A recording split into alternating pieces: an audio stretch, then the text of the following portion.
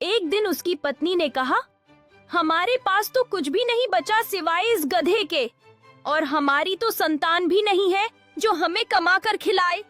अब तो भाई इस्माइल भी नहीं रहा।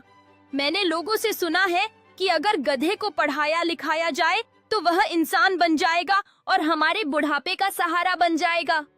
शफीक यह सुनकर बहुत खुश हुआ और बोला, अब तुमने अक्ल की बात की है, सीधी मेरे दिल को लगी है। मैं आज ही मास्टर खालिद साहब के पास गधे को लेकर जाऊंगा।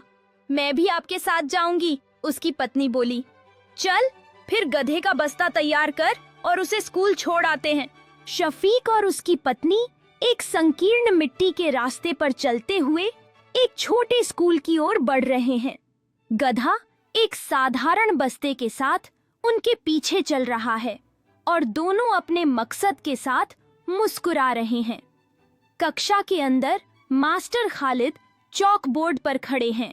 शफीक द्वारा गधे का परिचय दिए जाने पर आश्चर्यचकित और मजेदार तरीके से देखते हैं, जबकि अन्य बच्चे जिज्ञासा से इस असामान्य छात्र को देख रहे हैं।